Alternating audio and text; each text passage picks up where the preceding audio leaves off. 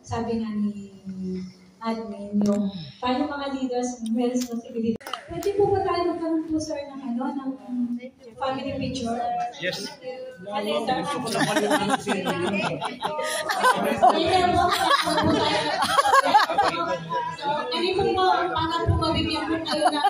Tinanong ko lang, sumunod na sila lahat eh.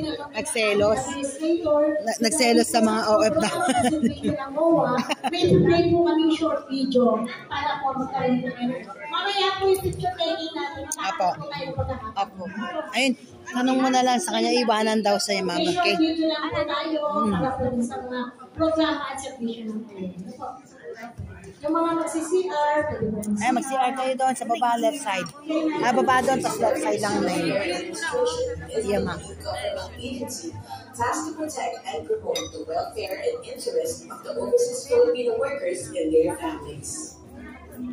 Created in 1977 as the Welfare and Training Fund for Overseas Workers, it was originally designed to ensure fund availability for the welfare and training needs of OFWs.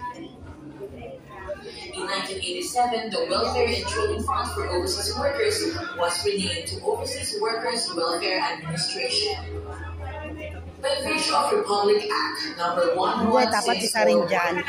Tayo mga residents na Department of Migrant Workers. Tinanong ko lang yun. Institution that offers various programs and services to its member OFWs. With 17 regional offices and more than 30 overseas Yan yung the OWA is AWs and ensures sustainability and viability of its funds.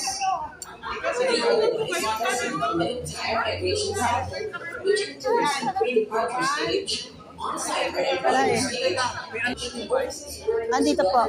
Time. Pwede ba kayo utol muna eh? May announce lang ako pala. Kasi binanggit sa akin ni Ma'am Imelda. Apo. O sila pala ay may mga programa ng training. Okay. Ito mas maganda natin pag-usapan. Palagay ko, ito ang marami kayo eh. Kayo, meron kayong mga ganyan. Mga programa, pagtuturo. Oh, yun ang ilapit mo, hindi yun ang aralin natin paano pontuhan. Lagi po kami Oo. Diba pwede tayong tumulong financially sa operations nyo.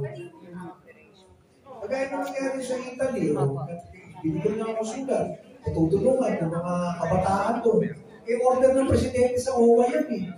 So mga kalarga tayo doon. Ano ko yun na lang ang problema nyo? Kasi mga pipilitin yung problema. Paano ka?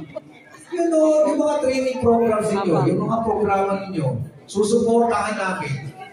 Basta makipag-usap kayo sa aming welfare officers, kung feasible, kanina pa ako naiintriga, ano ba ibig sabihin ng pare-pareho dito? Ano po sila? Ano sila? Uniform po. Ano po?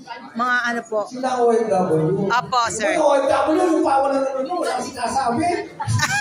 Ito pala kailangan ng tulong ko. Oo nga po, kaya ayaw din naman sila kanina, sir.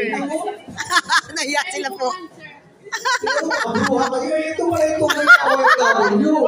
Tapos sasabi sa akin, ito na wala problema, kontento sila. Wala po kasi nagtatanong kanina. Ito pala yung OFW eh. Wala naman ito sila kailangan tulong eh.